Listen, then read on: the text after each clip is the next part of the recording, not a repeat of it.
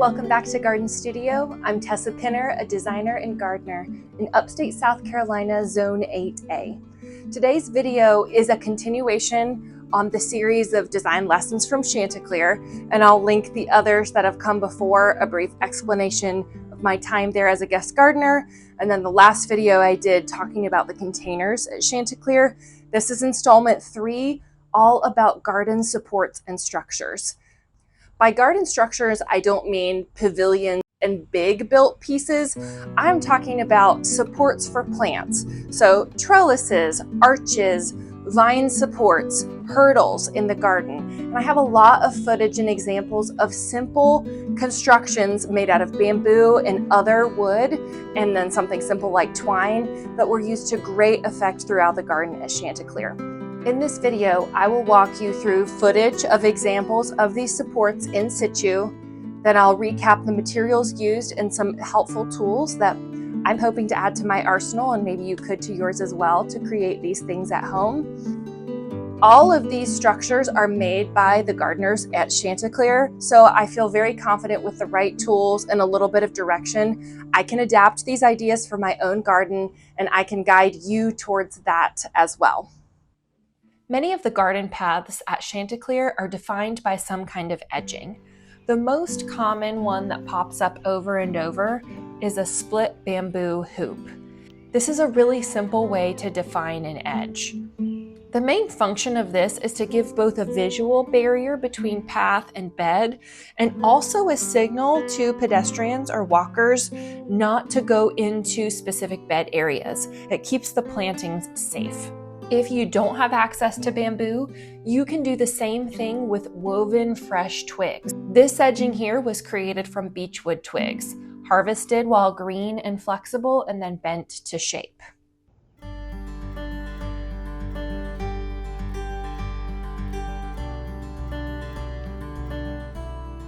The second category for built structures are anything that supports a vine. The most common of these at Chanticleer is, again, with the split bamboo, weaving cages or a sort of tutor, or even an arbor that goes across a path that you walk under. There's so much possibility to be creative and have fun with this. They really make you feel like you're walking through a fairy tale. In order to bend the bamboo, it does need to be harvested fresh, not purchased from the store when it's already dry. To get a source of fresh bamboo, you can grow your own, or you can find any number of overgrown public places or a friend with a grove of bamboo and just ask to come cut some. Bamboo is so prolific that most of the time, people are very happy for you to come take some away. While it's still green, it should be split with a metal splitter. Here's an image of one that is cast iron made in Japan, probably the one I'm going to order, in order to get these flat pieces that are very easy to bend into special shapes. Both ends are then just stuck right into the ground. Easy to install and easy to remove.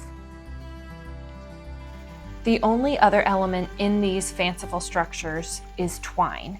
It's crisscrossed at the joints wherever two pieces of bamboo cross, and it will biodegrade right along with the rest of the bamboo.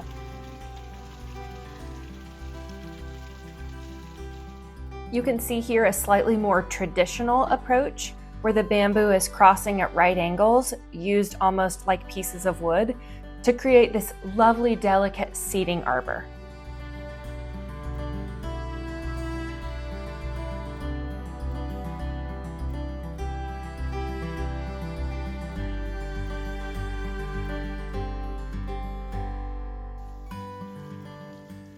Look how fun this teepee type fort is. My two boys were immediately magnetized to this little structure. It's tall enough for a person to stand up in, but just perfect for a kid. Made with long, straight saplings or branches that are stuck into the ground and then bent while green and woven together at the top. Here it's made especially magical with the native vine growing all over it.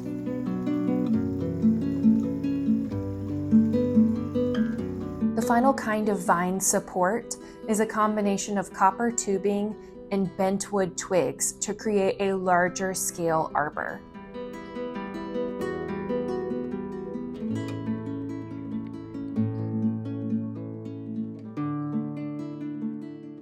The final category of built garden supports is hurdles. And I think of hurdle as essentially a small fence, created specifically for the purpose of giving support, holding plants in, giving structure, often to things that are taller or things that are climbing. This can be such an attractive addition to planting. It gives your eye something to focus on. It gives contrast to a lot of organic shapes, blousy planting, and it allows you to introduce different materials into the view. The recurring materials for hurdles at Chanticleer are wood, bamboo, twine, or a combination of all of these. You could have just a wooden structure that's essentially a small wooden fence with a mortise and tenon joints, meaning holes in the posts that the cross pieces fit into. It's beautiful, it's very rustic. You don't need any additional fasteners for this kind of fence. Or you could have stakes, wooden square stakes that are driven into the ground with twine tied to them. This can be especially good for tall plants that you're trying to provide structure. The twine can go in an X pattern through the beds and connect to the corner posts. Or you could do something similar with taller bamboo posts if you have very tall plants that you need to hold in. You could also get creative with the combination, wooden posts and bamboo cross pieces held together by twine. This has the potential to be quite decorative.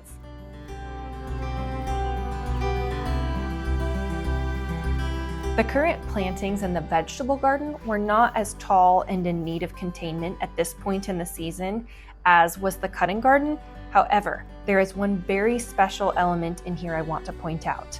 This is a mini wattle style fence. It's used here as a hurdle, but wattle is a very traditional technique with stakes pounded into the ground and bent green saplings weaving between. And finally, returning to the idea of more bent twigs, these are beech twigs bent into a fanciful edge for these brassicas.